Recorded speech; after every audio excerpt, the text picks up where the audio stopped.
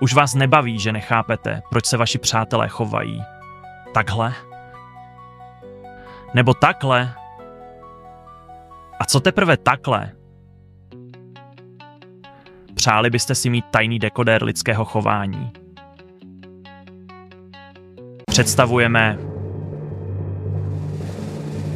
Myers-Briggs Type Indicator.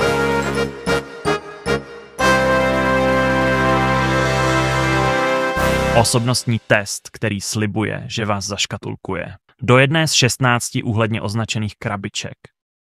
Unlocking the inner self to explore your inner shelf.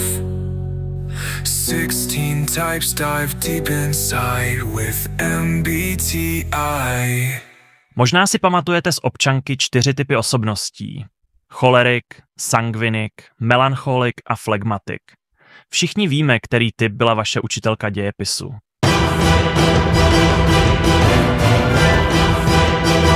Ale MBTI nabízí mnohem detailnější pohled na lidskou osobnost. Představte si to jako 4 škály, na kterých se pohybujete. Extraverze versus introverze určuje, odkud čerpáte energii, ze společnosti nebo ze samoty. Smysly versus intuice popisují, jak vnímáte svět, zaměřujete se na detaily a fakta nebo na celkový obraz a možnosti. Myšlení versus cítění ukazuje, jak se rozhodujete, na základě logiky nebo emocí a hodnot. A konečně plánování versus hledání. Odráží váš životní styl? Preferujete řád a plánování, nebo jste spontánní a flexibilní?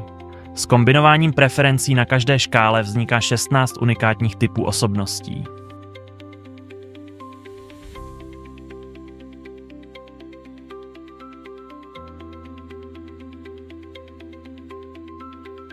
Chcete se dozvědět, který je váš osobnostní typ? Můžete si udělat test na stránkách 16personalities.com. Ale pozor, žádný test není dokonalý. Internet je plný zjednodušených informací o MBTI.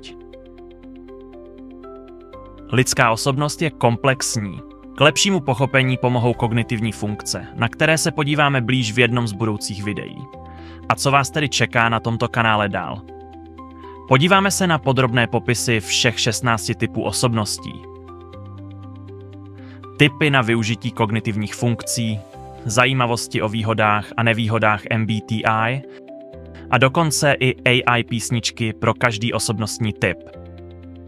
Chcete se dozvědět víc o fascinujícím světě MBTI? Sledujte další videa a nezapomeňte dát like a odběr, ať vám neunikne žádná novinka.